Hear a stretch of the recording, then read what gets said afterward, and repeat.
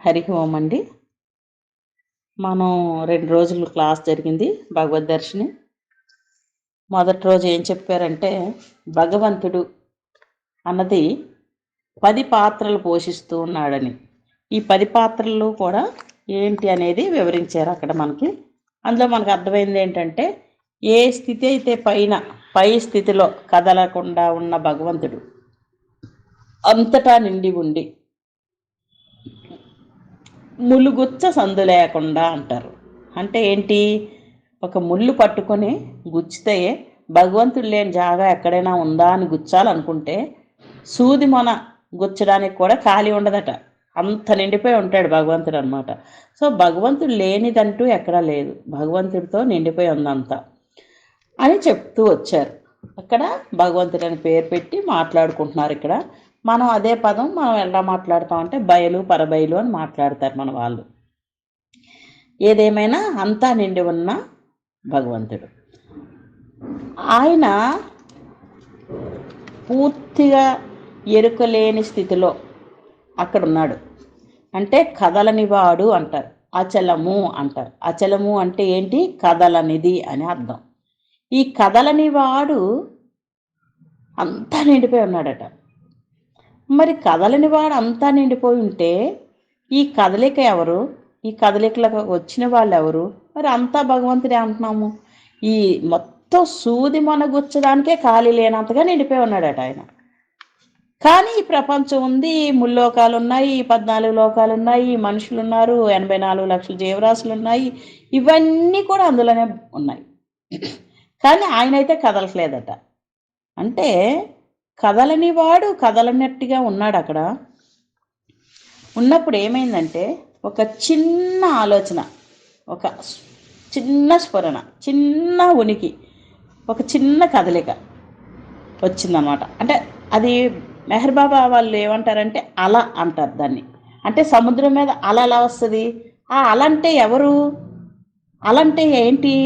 ఆ సముద్రం ఏదైతే ఉందో ఆ నీరే అలగా మారింది, అంతే కదా. అందులో చిన్న అల, అలాగే చిన్న బుడగ పుట్టింది. అంటే ఆ బుడగ ఎక్కడి నుంచి వచ్చింది అంటే భగవంతుడి నుంచే వచ్చింది. పోనీ భగవంతుడు ఏమైనా చెప్పాడా నువ్వు ఇలా చెయ్యు, నువ్వు ఇలా అలగా మారు, నువ్వు ఇలా బుడగగా మారు అని ఏమి చెప్పలే. కానీ అక్కడున్న ఆ వాతావరణం, ఆ గాలి ఒత్తిడి దానితో కుదిరి అది అలగా మారింది. అంటే దానికదై మారిందనమాట. అలాగే ఈ భగవంతుడు కదలని వాడు కదలనట్టుగా ఉన్నప్పటికీ మనం గాఢ నిద్రలో పడుకుని ఉంటాము.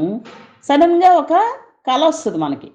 అప్పటి వరకు నిద్రలో ఉన్నాము. సడన్గా ఒక క్షణం వస్తుంది, ఒక కళ వచ్చి మళ్ళీ కరిగిపోద్ది, మళ్ళీ లయమైపోద్ది. ఆ కళ ఎక్కడి నుండి వచ్చింది? ఆ కళకి కారణం ఎవరు అని గమనిస్తే నా మనసే కదా. నేనేమో నా శరీరం మంచం మీదే ఉంది. మరి నేను ఎవరితోనో మాట్లాడినట్టుగా వచ్చిందే కళ. అంటే నేను ఎక్కడికి వెళ్లకుండా కనిపించింది. అంటే నా మనసు సృష్టించగలిగింది.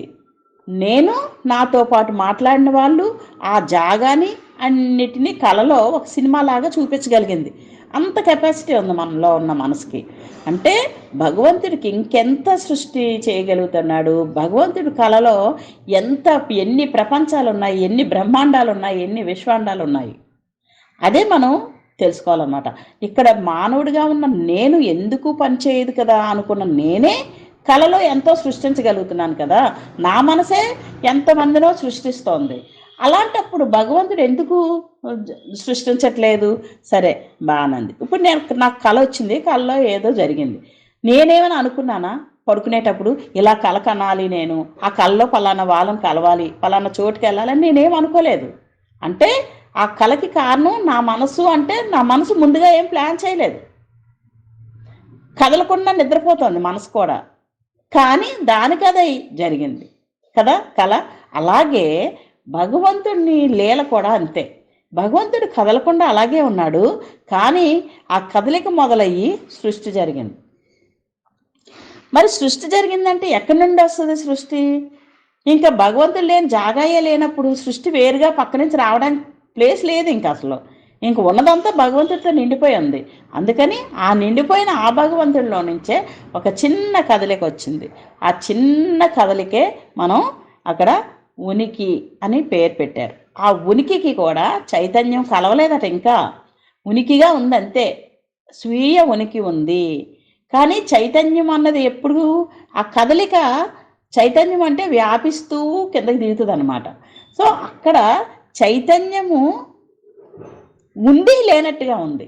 అంటే చైతన్యం అన్నీ ఉన్నాయి. ఇప్పుడు ప్రపంచంలో ఉన్న ఈ 14 మన లోకాలు కానీ, ఇది ఒక బ్రహ్మాండానికి సంబంధించింది. మనం మాట్లాడతాం 14 లోకాలని.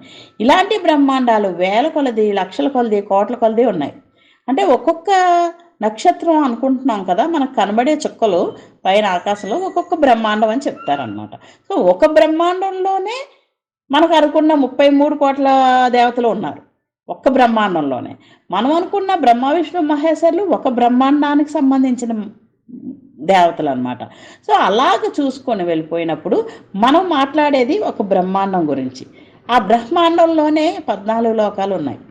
అలాగే మన పిండాండం అనుకున్నప్పుడు మనం ఒక మానవుడిగా దిగి రావడం వల్ల ఇది ఎలా జరిగింది అంటే, అంత ఆ కదలని వాళ్ళలో అంతర్లీనంగా అన్ని శక్తులు, అంత జ్ఞానము, అంత ఆనందము, శక్తి, అన్ని చైతన్యము అన్నీ కనబడని విధంగా ఉన్నాయి.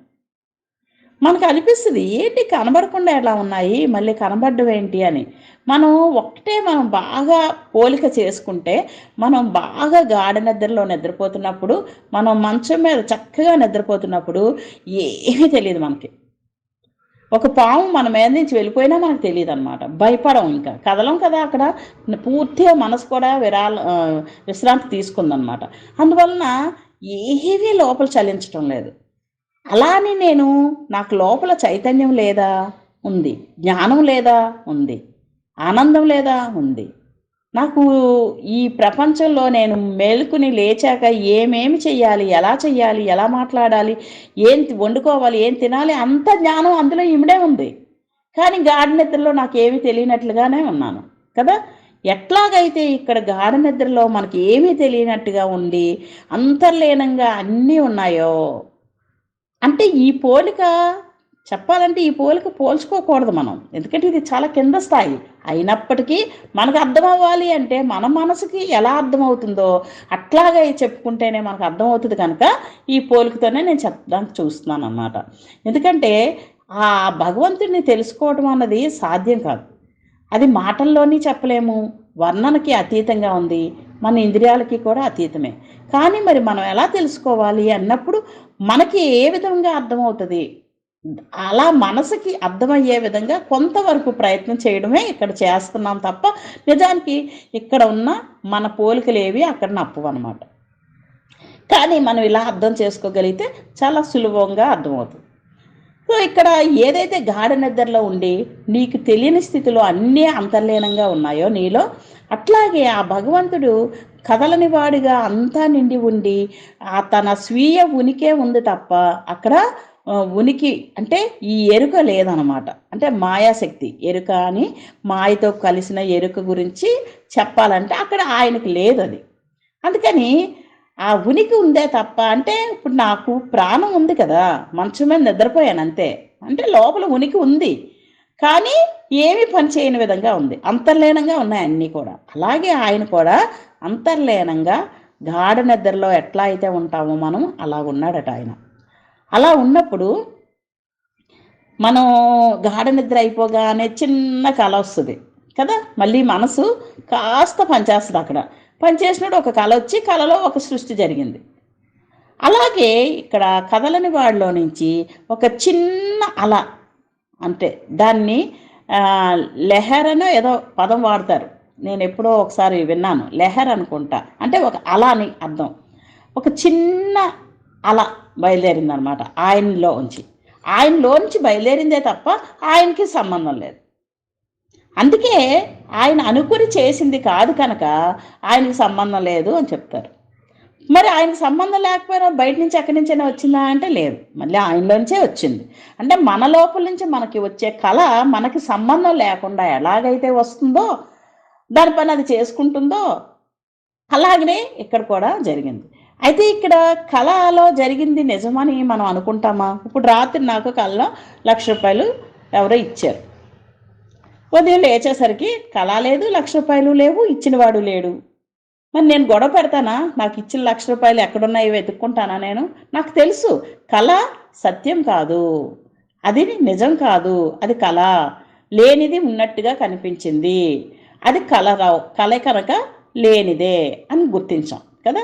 అదేవిధంగా ఈ భగవంతుడు మొదట ఎవరైతే ఉన్నారో, కదలని స్థితిలో ఉన్నారో, స్వీయ ఎరుకతో ఉనికితో ఉన్నారో, ఈ ప్రపంచం అంతా ఉన్న మాయా ఎరుక అన్నది ఆయనకి లేకుండా ఆయన ఎట్లా అయితే ఉన్నాడో, మళ్ళీ చివరిలో కూడా అదే పరిస్థితిలో ఉండాలి. ఈ మధ్యలో మనం ఎన్ని 84 లక్షల జీవరాశులు పుట్టాయి, మానవుడు వచ్చాడు, మానవుడు మళ్ళీ ప్రయత్నంతో సాధన మొదలుపెట్టాడు, ఆధ్యాత్మిక రంగంలో ముందుకు వెళ్ళాలనుకున్నాడు, గురువును పట్టుకున్నాడు, ఎంతో ఎదుగుదల కోసం ఎదురు చూస్తూ తన ఆత్మ స్థాయికి చేరుకోవటం కోసం ఈ ప్రపంచంలో కనిపించిన ఎన్ని రకాలుగా త్రిపుటులు ఉన్నాయో, మూడుగా ఉన్నవన్నీ కూడా 3 లోకాలే అవ్వచ్చు, 3 శరీరాలే అవ్వచ్చు, పంచకోశాలే అవ్వచ్చు, భూతాలే అవ్వచ్చు, అన్నిటితో కలిసి ఉన్న మానవుడు ఇవేవి లేనివిగా గుర్తిస్తూ ఉన్నది భగవంతుడే అని గుర్తించే వరకు ఎన్ని వందల జన్మలో ఎత్తాల్సి వస్తుంది. ఎన్నో వందల జన్మలు ఎత్తినప్పుడు చివరికి వెళ్తూ ఉన్నప్పుడు ఆత్మస్థితికి చేరుకోవాల్సి వచ్చినప్పుడు ఈ బ్రహ్మాండం అని ఈ మనకి నిన్న చూపించిన ఆ రౌండ్ సర్కిల్లో, ఆ సర్కిల్కి పైన బి స్థితి, ఆ సర్కిల్ కిందన ఏ స్థితి పెట్టి ఆ రౌండ్లో మాత్రం మన ఎదుగుదలంతా కలిపి ఉంది. 3 శరీరాలు అంటే మన స్థూల సూక్ష్మ కారణ శరీరాలకి కావలసిన విషయాలన్నీ కూడా మనలో ఉన్నాయి ఇప్పుడు. అయితే ఈ కారణ శరీరంలో ఏముంది అంటే ఆనందం ఉంది. అలాగే పాత జన్మల నుంచి తెచ్చుకున్న పుణ్యపాపాల జాబితా అంతా కారణ శరీరంలో ఉంది. కారణ శరీరంలో ఉంది కనుకే మనం జన్మ తీసుకున్నాం. కారణ శరీరం భంగమైపోతే మరి జన్మే ఉండదన్నమాట. ఆ కారణ శరీరంలో పుణ్యమని పాపమని నిక్షిప్తమై ఉన్నాయి. కొన్ని కోరికలే అవ్వచ్చు, తీరలేనివన్నీ కూడా అక్కడ నిక్షిప్తమై ఉండటం వల్ల మళ్ళీ అది వెతుక్కుని చనిపోయిన తర్వాత మళ్ళీ జన్మ తీసుకున్నప్పుడు ఆ సూక్ష్మ శరీరం కూడా కారణంతో కలిసే ఉంటుంది. ఒక్క ఫిజికల్ బాడీ స్థూల శరీరం ఒక్కటే చనిపోయినప్పుడు భూమి మీదే అది తగలబెట్టడం కానీ, దహనం చేయడం, లేదు అంటే మట్టిలో పూడ్చడం కానీ చేస్తారు. సో అది అన్నంతో తయారైన అన్నమయ కోసం కనుక అది భూమిలో కలిసిపోద్ది అన్నమాట. ఈ అన్నంతో తయారైన ఆ శరీరం భూమి తత్వంతో ఉంటుంది కనుక భూమిలో కలిసిపోతుంది. అది ఈ సూక్ష్మ శరీరం అనే దానిలో మనకి కారణ శరీరం కూడా ఇమిడి ఉంటుంది అన్నమాట. బయటికి వెళ్ళిపోయినప్పుడు, ప్రాణంతో వెళ్ళిపోయినప్పుడు అదొకటి బయటికి వెళ్ళిపోద్ది అన్నమాట. సో అందులో మనకి ప్రతిదీ ఇమిడి ఉంటుంది. మనం చూడండి, ఏదైనా కంప్యూటర్లో వాడాలనుకుంటే చిన్న చిప్పు పెడతాం, ఆ చిప్పులో ఎన్నో విషయాలు ఉంటాయి. అలాగే ఈ మన కారణ శరీరంలో కూడా అన్నీ దాగి ఉంటాయి అన్నమాట, కనబడకుండా ఉంటాయి. అది మళ్ళీ జన్మ తీసుకున్నప్పుడు ఎక్కడి వరకు మన ప్రయాణం జరిగిందో ఆ ప్రయాణానికి కంటిన్యూషనే మళ్ళీ జన్మ తీసుకోవడం జరుగుతుంది. అందుకనే మనందరం కూడా ఒకే క్లాస్ విన్నప్పటికీ, ఒకే మెటీరియల్ అంతా చదివినప్పటికీ నాకు అర్థమైనట్టుగా మీకు అర్థమవుతుంది, మీకు అర్థమైనట్టు ఇంకొకరికి అర్థమవుతుంది. ఎందుకంటే నేను అక్కడ 5th క్లాసే చదివి పాస్ అయ్యి అక్కడ ఫెయిల్ అయ్యి చనిపోయి ఉంటాను. 6th క్లాస్ నాకు అర్థమవుదు. సో ఈ 5 క్లాసెస్ ఎక్కడ వింటున్నా అర్థమైపోతూ ఉంటుంది. కానీ నా ప్రక్కన ఉన్న వాళ్ళకి 6th క్లాస్ కూడా పాస్ అయిపోయి చనిపోయారు. అప్పుడు వాళ్ళు 6th క్లాస్ మెటీరియల్ ఇక్కడ వింటున్నప్పుడు వెంటనే అర్థమైపోతూ ఉంటుంది వాళ్ళకి. 10th క్లాస్ పాస్ అయ్యి చనిపోతే ఆ 10th క్లాస్ సిలబస్ వరకు కూడా వాళ్ళు చెప్తుంటే టపా పట్టేస్తారనమాట. మనం అనుకుంటాం ఏంటి ఒకే క్లాస్ రూమ్లో ఒకే గురువు చెప్తున్నారు కదా, ఎందుకు అర్థం అవట్లేదు అంటే ఈ పాత జన్మల యొక్క సంస్కారం అక్కడ ఏముందో దానికి అనుకూలంగానే మనం ఇక్కడ జీవించడం జరుగుతుంది. అందువలన మన ప్రయాణంలో నేను నేర్చుకోను అంటే అవ్వదు. మన ప్రయాణం పూర్తి అవ్వాలి అంటే ఈ జన్మ కాకపోయినా ఎన్ని జన్మలకైనా పూర్తి చేసుకోవాల్సింది ఏంటి అంటే, కదలని వాడి నుంచి కదలిక పుట్టింది. ఆ కదలికలోంచే ఒక కేల అంటే ఆట, ఆ ఈశ్వరుని ఆట అంటారనమాట. ఆ బ్రహ్మం యొక్క ఆట అదంతా కూడా. ఈ ఆటలోనే ఇన్ని బ్రహ్మాండాలు సృష్టించబడ్డాయి.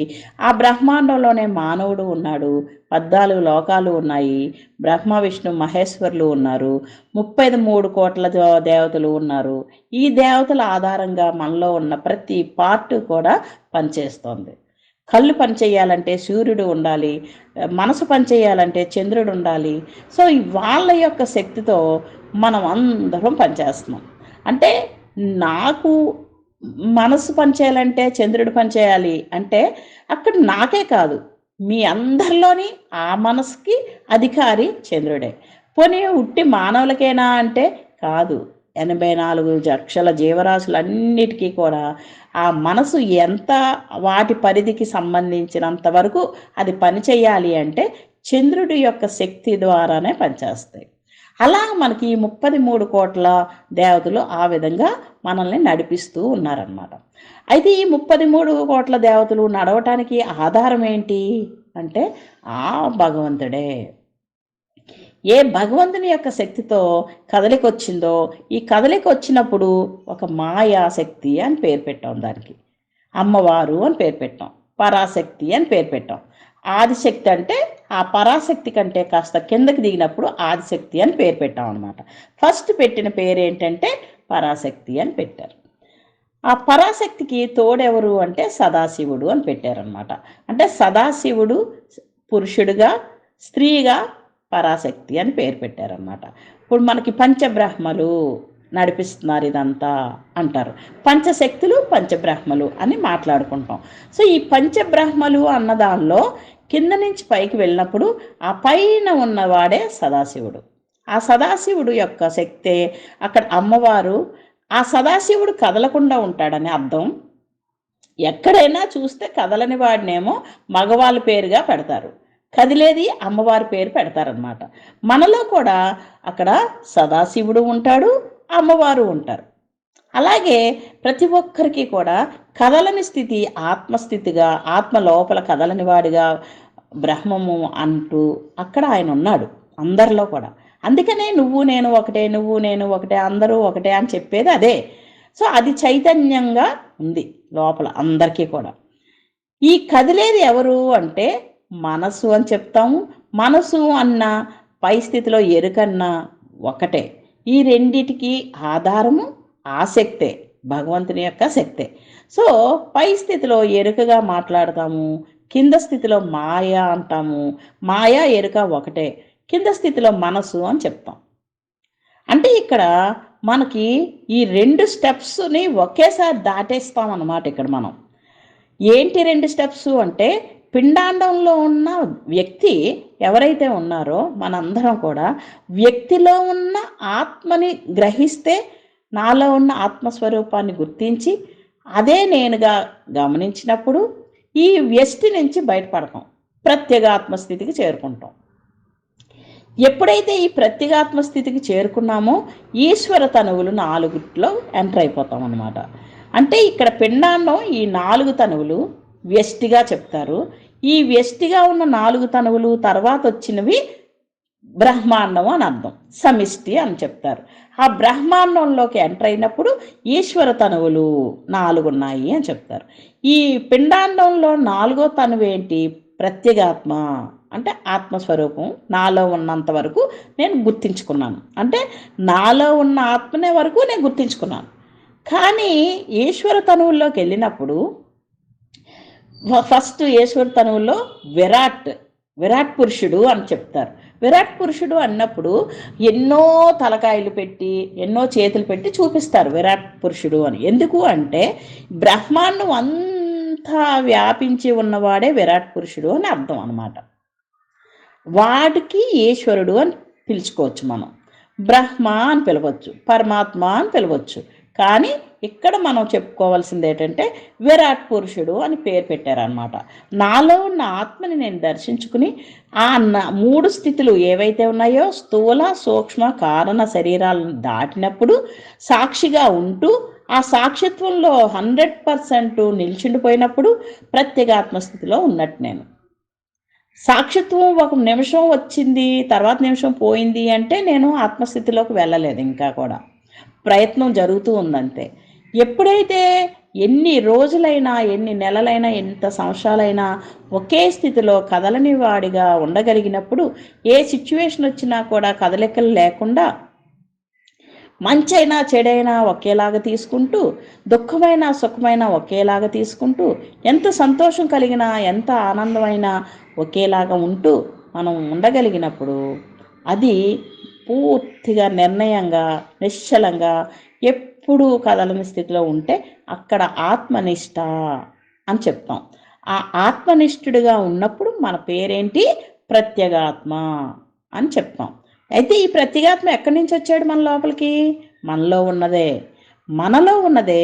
ఆ ప్రత్యేగాత్మ లక్షణాలు ఏంటి అంటే, వాడు చైతన్యంగా ఉంటాడు, ప్రకాశంగా ఉంటాడు, ఆనందంగా ఉంటాడు. వ్యాపకంగా ఉన్నవాడిని మనం గుర్తించలేనంత వరకు మన శరీరానికే పరిమితం చేసామన్నమాట. మనకు తెలియకపోవటం వల్ల, వాడిని వాడు మర్చిపోవటం వల్ల, వాడు కూడా ఈ శరీరమే నేను అనుకునే భావంలో ఉండిపోయాడు ఇప్పుడు వరకు. అదే అజ్ఞానము. అదే అజ్ఞానం అన్నమాట. ఈ శరీరం నేను అనుకునే భావంలో ఆ అంతటా నిండి ఉన్న పరమాత్మ మన శరీరంలోకి వచ్చిన తర్వాత భూమి మీద పడేసరికి వాడిని వాడు మర్చిపోయాడు. అందుకనే వాడు ఆ మాయలో కలిసిపోవడం వల్ల, అంటే ఇక్కడే కాదు, ముందు జన్మల నుంచి కూడా, అంటే అక్కడ పరబ్రహ్మ దగ్గర ఉన్నప్పుడు చిన్న ఉనికిగా ఉన్నాడు. ఆ ఉనికికి స్వీయ ఉనికి ఉంది తప్ప అప్పుడు ఎరుక లేదు. ఈ ప్రాపంచిక ఎరుక లేదు అక్కడ. అప్పుడు చక్కగా ఉన్నాడు ఆయనతో ఆయన, నేను భగవంతుడిని అని తెలుసు ఆయనకి. అలా ఉన్నవాడి దగ్గరికి అమ్మవారు వెళ్ళి ఏం చేసింది? కెలికింది అనమాట. వెళ్ళి ఎరుక మాయారూపంలో వెళ్ళి ఆయన్ని కదిపి, ఆయనలోంచి కొంత శక్తిని తీసుకుని ఈమె విజృంభించేసింది అంతా. ఇన్ని ముల్లోకాల కింద, ఇన్ని విశ్వాండాల కింద, ఇన్ని బ్రహ్మాండాల కింద సృష్టి చేసేసుకుంది. అలాగా చేసేసుకున్న దానిలో మనం కూడా ఒక భాగం అయిపోయాం. సో పైన పరమాత్మ స్థితిలోకి వచ్చేసరికే ఆ మాయ అన్నది, ఎరుక అనేది కలిసిపోయిందనమాట, చైతన్యంగా కదలికి వచ్చిందనమాట. దాని ముందు ఎట్లా ఉంది? చైతన్య స్వరూపుడు అయినప్పటికీ అంతర్లీనంగా ఉంది చైతన్యం. అక్కడ ఆయనకి చైతన్యం ఉన్నట్టుగా తెలియదు ఇంకా. ఎందుకంటే గాఢ నిద్రలో నాకు చైతన్యం ఉన్నా నాకు తెలియట్లేదు కదా. కదలని విధంగా ఎలా పడుకున్నానో అట్లాగున్నాడు ఆయన. అలాంటి వాళ్ళలో చైతన్యం కదిలిందనమాట. కదిలి వ్యాపకం జరిగింది. ఈ వ్యాపకం జరిగినప్పుడు ఆయనకు వచ్చిన కళే అమ్మవారే అనుకుంటే అమ్మవారు, అయ్యవారు అనుకుంటే అయ్యవారు, అంతా ఒకటే. శక్తికి రూపాలు లేవు అసలు. స్త్రీలింగం పురుషలింగం ఏమీ ఉండదన్నమాట. అదొక శక్తి స్వరూపం.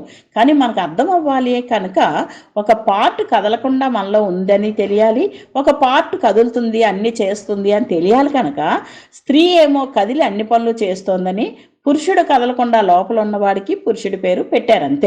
అంతే తప్ప రెండు శక్తులు ఒకటే నిజానికి. ఆడ మగ లేదు అసలు. సో అట్లా జరిగినప్పుడు ఆ పరమాత్మ స్థితిలోకి కిందకి దిగాడు అనమాట. ఆ కిందకి దిగినప్పుడు మాయతో కలిసి ఉన్నాడు కనుక అప్పుడు సృష్టి జరిగిందన్నమాట.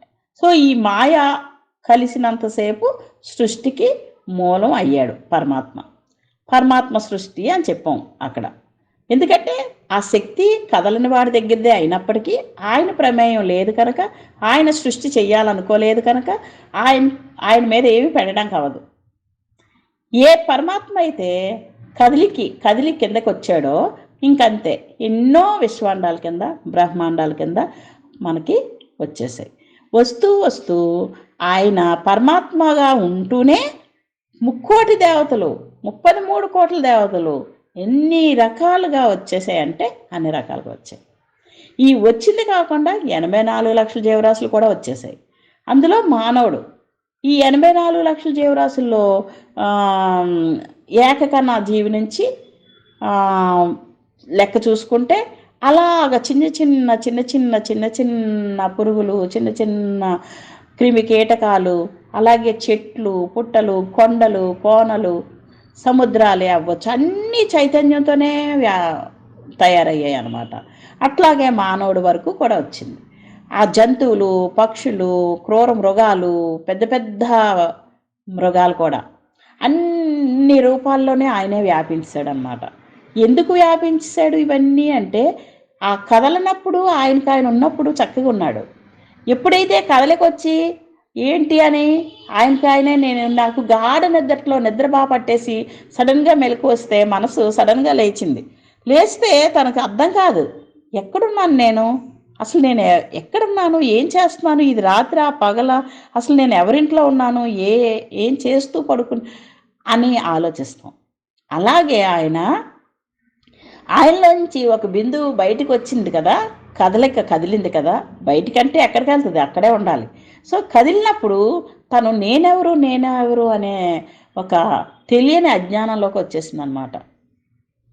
ఆ నేనెవరు అనుకున్న ప్రశ్న అక్కడ మొదలైంది, ఇక్కడ కాదు, అక్కడ మొదలైపోయింది. ఆ మొదలైపోయి ఆ నేనెవరు అనుకున్న దగ్గరే సృష్టి మొదలైపోయింది అన్నమాట. ఈ నేనెవరు అంటే, ఇప్పుడు నేను మా ఇంట్లో చిన్నపిల్లలు ఎవరో ఉన్నారనుకోండి, నేనెవరు అనే వాడు కంగారు పడుతుంటే నేనేం చేస్తాను, అద్దం తీసుకొచ్చి వాడి ముందున పెడతాను. ఇంకోరా నువ్వు ఇలా ఉంటావు చూసుకో, నీకు తెలియట్లేదు, కంగారు పడిపోతున్నావు, నువ్వు అబ్బాయివి, నీ పేరు పలానా పేరు, నీకు ప్యాంట్ వేసాను, షర్ట్ వేసాను, నీకు ఇలా తయారు చేశాను, నీ రూపం ఇలా ఉంది సుమా, నువ్వు చూసుకో ఒకసారి అది అద్దం చూపిస్తాం. అలాగా ఈ ప్రకృతి ఎప్పుడైతే ఎరుక మాయా ఎరుక కలిసిందో, చైతన్యంగా కదలికొచ్చిందో, వచ్చినప్పుడు నేనెవరు అనే ప్రశ్న అక్కడ మొదలైతే ఏమైంది, ఆమెకు చూపించడానికి, పరమాత్మకి పరిచయం చేయడానికి ప్రకృతి ఏం చేసిందంటే, రకరకాల నక్షత్రాల రూపంలో, రకరకాల వెలుతురు రూపంలో, రకరకాలుగా సృష్టి జరిగిపోయింది. అప్పటి వరకు సూర్యుడు చంద్రుడు ఎవ్వరూ లేరు, ఒక్క నక్షత్రం లేదు, ఏమీ లేదు, ఒక చిట్ట చీకటి కాదు, వెలుతురు కాదు. ఎట్లా అంటే సంధ్యా సమయం, తెల్లవారుతున్నప్పుడు సూర్యుడు రాకముందు ఎట్లా ఉంటుంది సంధ్య, అలాగే సాయంత్రం సూర్యుడు అస్తమించిన తర్వాత చీకటి పడకముందు ఎట్లా ఉంటుందో అలాంటి వెలుగులో అంతా నిండి ఉన్నాడనమాట భగవంతుడు. ఆయనకి వెలుగు లేదు, చీకటి లేదు.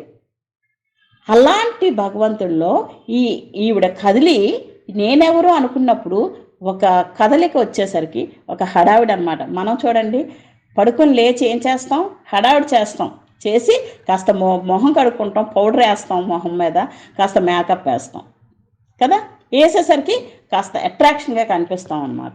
అట్లాగా అమ్మ ఏం చేసింది, ఒక వెలుగును సృష్టించుకుందనమాట. తనకు తెలియకుండానే తను ఎవరు అనుకున్నప్పుడు ఒక వెలుగు రూపంలో మొత్తం సృష్టి అంతా వెలుగుగా ఆమెకు కనిపించిందనమాట. అప్పుడు ఆమె కనిపిస్తూ ఆగిందా అంటే అక్కడ ఆగలేదు. ఆమె ఆగకుండా ఈ ముల్లోకాలు సృష్టించుకుని, ఎన్నో బ్రహ్మాండాలు సృష్టించుకుని, అవన్నీ కూడా ఆమె ప్రమేయం కూడా లేకుండానే నేనెవరనే ప్రశ్నకే ఇన్ని సృష్టి జరిగాయి అన్నమాట. జరిగి అవన్నీ ఆఖరికి క్రిమికీటకాల నుంచి మొదలైనప్పుడు, దానికంటే ముందు ఏమైందంటే రాళ్ళు రప్పల్లో వచ్చింది, చెట్లు చేమల్లో వచ్చింది. తర్వాత ఏమో ఇంకా ముందు చూసుకుంటే లోహాలన్నీ మనకి భూమి లోపల తవ్వుతారు కదా లోహాలు, ఆ లోహాలన్నీ కూడా చైతన్యమే. ఆ చైతన్యం తర్వాత మనకి ఈ కదలికలతో వచ్చిన చిన్న చిన్న పురుగులు, చిన్న చిన్న క్రిమికీటకాలు, తర్వాత పక్షులు కదలికొచ్చాయి. కదలిక ముందు చెట్లు చేమలు, అట్లాగా వస్తూ ఆ పెద్ద పెద్ద వృక్షాల తర్వాత పెద్ద మళ్ళీ చిన్న క్రిమికీటకాలుగా, పక్షులుగా, అలాగే చిన్న చిన్న జంతువుల దగ్గర మొదలయ్యి పెద్ద జంతువులు, క్రూర మృగాలు, అన్నీ మనం 84 లక్షల జీవరాశులు కూడా మనం జన్మలు తీసుకునే వచ్చాం. అందుకే మీరు కోట్ల జన్మలు ఎత్తారు అని చెప్తారనమాట. మొదట్లో నాకు అర్థమయ్యేది కాదు, ఏంటి మనం మనిషిగా వచ్చి అన్ని జన్మలు ఎందుకు ఎత్తుతాం, అసలు కోట్ల జన్మలు ఏంటి అని చెప్పి అర్థమయ్యేది కాదు. తర్వాత అర్థమైంది ఏంటంటే ఈ 84 లక్షలు జీవరాశులు వెరైటీసే ఉన్నాయి. ఒక్కొక్క వెరైటీలో మనం ఎన్ని సంవత్సరాలు ఉన్నామో, ఎన్నిసార్లు పుట్టామో, మనకు నచ్చింది అనుకోండి అదే వెరైటీలో మళ్ళీ పుడతాం కదా. సో అట్లాగా మనం కోట్ల జన్మలే ఎత్తేసాం అన్నమాట. ఒక్కొక్క జన్మ ఎన్ని సంవత్సరాలు పడుతుందో, అందుకనే మనం ఆది నుంచి ఉన్నాము, సనాతనంగా ఉన్నావు నువ్వు అని చెప్తున్నారు. సనాతనంగా ఉన్నామట మనం. ఎందుకు మరి, ఆయన సనాతనుడు. ఆ సనాతనంలోంచి మనం కదలికి వచ్చి ఇంత తిరుగుతూ ఉన్నాం కదా భూమి మీద, పుడుతున్నాం చచ్చిపోతున్నాం. సో అట్లాగా మన ప్రయాణం జరుగుతూ వచ్చిందనమాట. ఇక మానవుడిగా పరిణామం జరిగింది. ఎట్లా, చిన్న క్రిమికీటకాల నుంచి మానవుడిగా పరిణామం జరిగింది.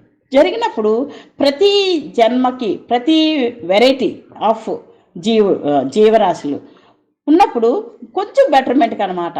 నెక్స్ట్ లైఫ్ ఇంకొంచెం బెటర్మెంట్.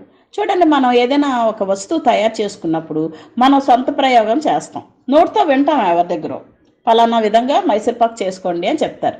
మనం ప్రయత్నం చేస్తాం, సరిగ్గా సక్సెస్ అవ్వదు. మన సొంత తెలివితేటలు ఉపయోగించి ఏం చేస్తాం, దాన్ని ఇంకొంచెం మోడిఫై చేసుకుంటాం. కొంచెం బెటర్గా వచ్చింది, ఆ తర్వాత ఇంకొంచెం బెటర్గా రావడానికి ఇంకో ప్రయత్నం ఏదో చేస్తాం. అప్పుడు కరెక్ట్గా మైసూర్పాక్ తయారవుతుంది. ఓహో, ఇది మైసూర్పాక్, ఇలాగుంటే ఇంక చాలు, దీన్ని ఇంకా మళ్ళీ కొత్తగా దీన్ని ప్రయోగం చేయక్కర్లేదు అని మనం డిసైడ్ అవుతాం. అలాగే ఇక్కడ ఏంటి చేశాడంటే ఆయన ఒక్కొక్క పరిణామం దశగా ప్రయాణం చేసి మానవుడిగా తయారయ్యే వరకు ఆయన ప్రయోగం చేసుకుంటూ వెళ్ళాడనమాట. ఇంక మానవ అవతారం వచ్చిన తర్వాత ఒక బుద్ధి అనే దాన్ని తీసుకొచ్చి మానవుడి బుర్రలో పెట్టేశాడు. అంతవరకు బుద్ధి లేదు. మిగిలిన 84 లక్షల జీవరాశుల్లో బుద్ధి ఉండదు. ఒక్క మానవుడి దగ్గరికి వచ్చేసరికి బుద్ధిని పెట్టాడు. ఎప్పుడైతే బుద్ధి పెట్టాడో ఆ బుద్ధికి జ్ఞానం తెలుసుకునే లక్షణం ఉందన్నమాట. అంతవరకు ముందు పుట్టినవన్నీ కూడా దానికి జ్ఞానాన్ని గ్రహించలేవు. అవి తినడం, పడుకోవటం, పిల్లల్ని కనటం తప్ప ఇంకేమి చేయలేవు అవి. ఇక్కడ బుద్ధిని తీసుకొచ్చిన తర్వాత భగవంతుడు ఫుల్ సాటిస్ఫై అయిపోతాడు. కరెక్ట్, చాలు, ఇంకా ఈ పరిణామం ఇక్కడికి చాలు, ఇంకా మానవుడిని మించి ఇంకెవరు ఉండక్కర్లే, చాలు అనుకుంటాడనమాట. అనుకుని ఆ పరిణామ దశ అక్కడికి ఆగుతుంది. ఆగిన తర్వాత ఈ మానవుడేమో ఎలా ఉన్నాడు అప్పుడు పరిణామ దశలో పూర్తి చేసుకుని వచ్చిన మానవుడు ఎలా ఉంటాడు? పాత జన్మల్లో ఉన్న సంస్కార బలం, వాసనా బలం, అక్కడికున్న నాలెడ్జ్ ఏంటి? అక్కడికున్న నాలెడ్జ్ తినడం, పడుకోవడం, లేగడం, పిల్లల్ని కనడం, ఇంతే కదా ఉంది అప్పటి వరకు. సో బుద్ధిని ప్రవేశపెట్టినప్పటికీ కూడా ఆ బుద్ధిని వాడుకోవడం రాదు ఇంకా. ఎందుకంటే పాత సంస్కారంలో బుద్ధి బలం లేదు. ఇప్పుడు మనం ఉన్నాము, పాత బలం ఉంది. ఎన్ని వందల సంవత్సరాలు, మనం ఎన్నో వందల సార్లు మానవ జన్మ తీసుకున్నాం కనుక మనకి చాలా విషయాలు తెలుసున్నాయి. నేను కడుపులో పడి నేను పుట్టేటప్పుడే నేను ఎలా తన్నుకొని బయటకు రావాలో నాకు తెలిసిపోయే ఉంది. అంటే ఏంటి, చాలాసార్లు కడుపులో ఉన్నాను, చాలాసార్లు ప్రయత్నం చేసి బయటకు వచ్చాను, అందుకని నాకు తెలుసు. పుట్టిన వెంటనే తల్లి దగ్గర పాలు ఎలా తీసుకోవాలో నాకు తెలుసు కదా. అట్లాగా మనకి జ్ఞానం ముందు ఉంది అంటే అన్ని జన్మలు మనం ఆల్రెడీ ఆ అనుభవం పొందాము అని అర్థం. ఇక్కడ ఏమైందంటే మొదట పరిణామ క్రమంలో మానవుడు పూర్తి చేసుకుని అక్కడ మానవుడు జన్మ తీసుకున్నప్పుడు వాడికి జ్ఞానం లేదు, ఈ జ్ఞానం లేదు. వాడి జ్ఞానం అంతా ఏంటంటే చెట్లుగా ఉన్నప్పుడు గివింగ్ నేచర్ వచ్చింది వాడికి. ఎవరికైనా హెల్ప్ చేయటం, దాన ధర్మాలు చేయటం, ఒక మంచిగా ఉపయోగపడాలి అనే లక్షణం అది మనం ఈ జన్మలో కూడా మానవుడిగా ఉన్న మొదటి నుంచి కూడా ఉండే వాళ్ళకి అది ఉంది. ఎందుకు? చెట్లుగా ఎక్కువ జన్మలు తీసుకుంటే ఆ లక్షణం ఎక్కువ మనలో ఉంటుంది. అక్కడ పెద్దగా జన్మలు లేవనుకోండి, ఆ లక్షణాన్ని గ్రహించడు మానవుడు. కొంతమందికి గివింగ్ నేచరే ఉండదు, పీనాస్తనంగా ఉంటారు. ఎందుకుంటారంటే వాళ్ళకి ఈ జన్మ కొన్ని జన్మలు తీసుకున్నప్పుడు ఆ చెట్లుగా ఉన్న జన్మల్లో ఎక్కువ లేరు వాళ్ళు, ఆ లక్షణం వాళ్ళకి రాలే. కొంతమంది గొడ్డులాగా ఉంటాడు రా, వీడు తిట్టినా అర్థం చేసుకోడు, సిగ్గే ఉండదు వాడికి అంటాం. గొడ్డు శరీరం రా అంటాం. అంటే గొడ్డు అంటే మనకు తెలుసు, ఆ గేదెల్ని వాటిని గొడ్డులు అంటారు కదా. అలాంటి వాటిగా ఎక్కువ జన్మలు తీసుకొని వాళ్ళు అక్కడ ఎక్కువ ఉండిపోతే ఆ లక్షణం ఇప్పుడు కూడా కంటిన్యూ అయిపోయింది. మనిషిగా వచ్చాక కూడా ఆ లక్షణం ఎక్కువ ఉంది.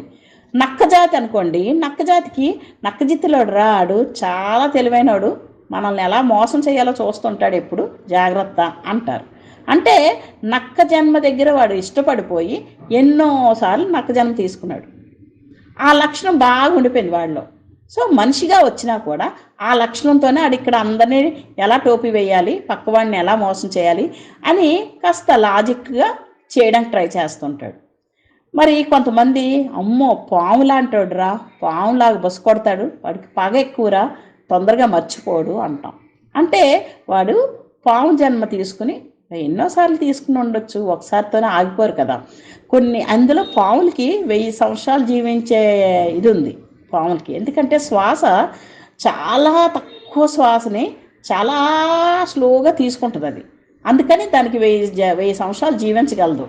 సో అక్కడ ఎక్కువగా మనకి లైఫ్ ఉన్నప్పుడు ఆ లక్షణం ఏంటి, పాముకి బొసు కొట్టి పగపట్టే లక్షణం ఉంటుంది. అది మానవుడిలాగా వచ్చినా కూడా మనలో ఆ లక్షణం ఉంటుంది. అందుకే మనం ఏంటంటే మనకి గురువులు ఏం చెప్తారంటే, నువ్వు నీ ఎదురుగా ఉన్న ప్రతి జీవిని కూడా ప్రేమించు, నీలో ఉన్న భగవంతుడే వాళ్ళలో కూడా ఉన్నట్టుగా నువ్వు భావం చేయమంటారు. ఎందుకంటే నేను కూడా పావులాగా ఒక టైంలో ఉన్నాను కదా, ఎవరు చంపేస్తారో అన్న భయంతో నేను కూడా బ్రతికాను కదా. ఇంకో పావుని మన ముందు నుంచి వెళ్ళిపోతే చంపాలని ఎందుకు అనుకోవాలి? అలాగే ప్రతీదీ మనం ఆలోచించగలిగితే, ప్రతి జీవి గురించి కూడా మనం అలాగే ఆలోచిస్తే, నేను కూడా నిన్నటి వరకు అందులోనే ఉండి ఈరోజు మానవ జన్మలోకి వస్తే నాకు పెత్తనం వచ్చిందని వాళ్ళని చంపేస్తామా? కదా, అలా మనం చూడగలగాలి. అందుకనే భగవంతుడు ఏం చెప్తున్నాడంటే, భగవంతుడే ఉన్నాడట అన్నిట్లో, మరి మనం చంపుతున్నది ఎవరిని అని మనం ఒక్కసారి ఆలోచించుకున్నప్పుడు మనకు లోపల ఒక దయ, కరుణ అనే ఆటికి పదాలకి అర్థం తెలుస్తుంది అన్నమాట. మనకి ఈ విషయం తెలియకపోవడం వల్ల మనం మొక్కల్ని కట్ చేసి పడేస్తాము. ఏది దొరికితే ఏదైనా కుక్కది దగ్గరగా వస్తే మనకు నచ్చకపోతే రాయేసి కొడతాము. ఇలాగ ఎన్నో రకాలుగా మనం హింసిస్తూ ఉంటాం కదా. ఈ విషయం మనకి భగవంతుడే అన్నింటిలోనే ఉన్నాడు అని, ఆ చైతన్యమే ఇన్ని రూపాలతోనే ఉంది, నేను ఏ భగవంతుడినైతే వేడుకుంటున్నానో, ఏ భగవంతుడికైతే నేను పూజిస్తున్నానో ఆ భగవంతుడినే నిన్ను చంపేస్తున్నాను అని ఒక్కసారి ఆలోచించాలి మనం. అప్పుడు మన లోపల వెంటనే ఆ దయలోకి వెళ్ళాలి ముందు మనం. ఎందుకంటే భగవంతుని లక్షణాల్లో దయ, కరుణ, ప్రేమ, ఆనందము అవే ఉన్నాయన్నమాట. మనం అవన్నీ దూరంగా వచ్చేసాం, దూరం అయిపోయాం పూర్తిగా. ఎందుకు? నన్ను నేను మర్చిపోయాను, నేను భగవంతుననే విషయమే మర్చిపోయాను పూర్తిగా. తెలుసో తెలియకో చాలా తప్పులు చేసేస్తాం. అందుకనే మనం ఏం చేస్తున్నాం ఇప్పుడు? మెహర్ బాబా ప్రార్థన చేస్తున్నాం, తెలియక చేసిన తప్పుల్ని మన్నించండి అని. ప్రతి పదాన్ని జాగ్రత్తగా ఆ భావంతో మనం ప్రార్థన చేస్తున్నప్పుడు లోపల మనం చేసిన ప్రతి పని గుర్తొస్తూ దానికి పశ్చాత్తాపడుతూ ఆ ప్రార్థన చేసుకోవడానికి కారణం కూడా అదే. సో మనందరం కూడా ఈ సబ్జెక్టు ఎందుకు ఇచ్చారో మనకి గురువుగారు తెలియదు. మనందరిలో కూడా దయ, కరుణ, ప్రేమ మనలో ఉన్న సహజ లక్షణాలు అవి. మనం పక్కకు వచ్చేసాం, వాటిని పక్కన పెట్టేశాం. అసూయ, ద్వేషం, రాగద్వేషాలు, అరిషడ్ వర్గాలు, రజోగుణ లక్షణాలు, తమోగుణ లక్షణాలతో చక్కగా చెడిపోయాం. ఇప్పుడు మనలో ఉన్న ప్రతి మలినాన్ని గుర్తించే విధంగా ఈ పుస్తకం మన చేతిలో పెట్టారు. మనందరిలోని మార్పు రావాలనే ఉద్దేశంతోనే ఆయన పెట్టారు.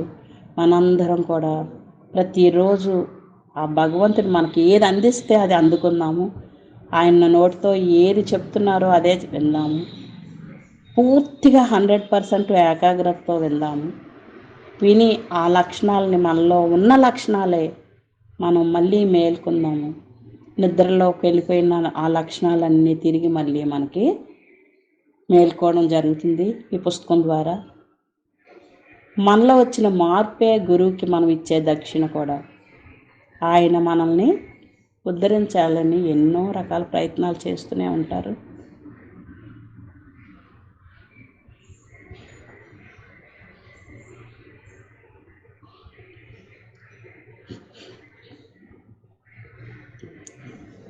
మనందరం కూడా ప్రయత్నం చేద్దాం. హరి ఓం.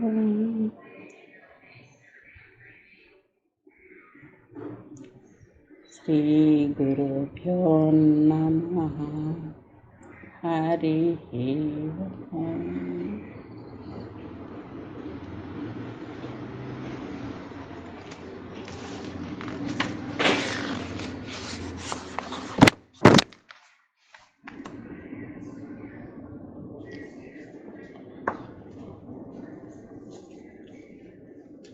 ಯಾವುದಾಟ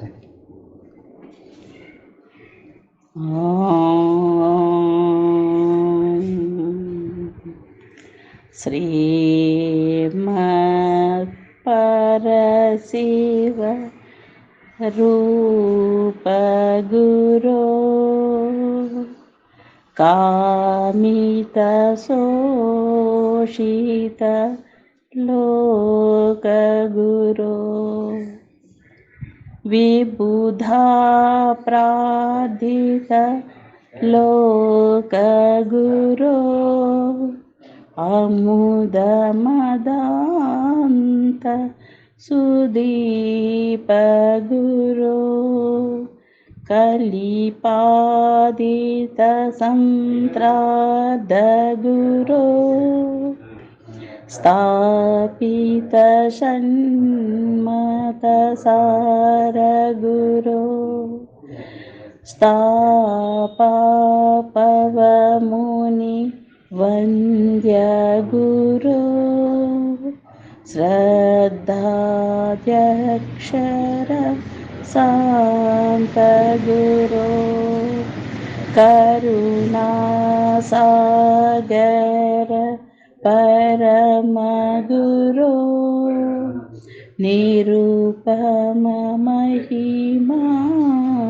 निलयगुरो जय जय परशिव लोकगुरो जय शुभशङ्कर रूपगुरो भवहर परशिव भुवनगुरो जय शुभमङ्गल जगद्गुरो जय जय जय जय गुरुप्रसाद गुरो जय शुभमङ्गल लोकगुरो जय जय जय जय निर्भयानन्द गुरो जय शुभमङ्गल जगद्गुरो जय शुभमङ्गल जगद्गुरो हरिः ओम्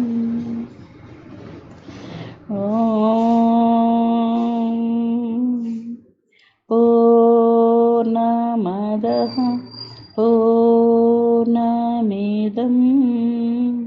पूर्णात् पूर्णमुदच्यते पूर्णस्य पूर्णमादाय पूर्णमेवावशिष्यते ॐ तत्सत् ॐ शान्ति शान्ति शान्तिः हरिः ॐ श्रीगुरुभ्यो नमः हरिः ॐ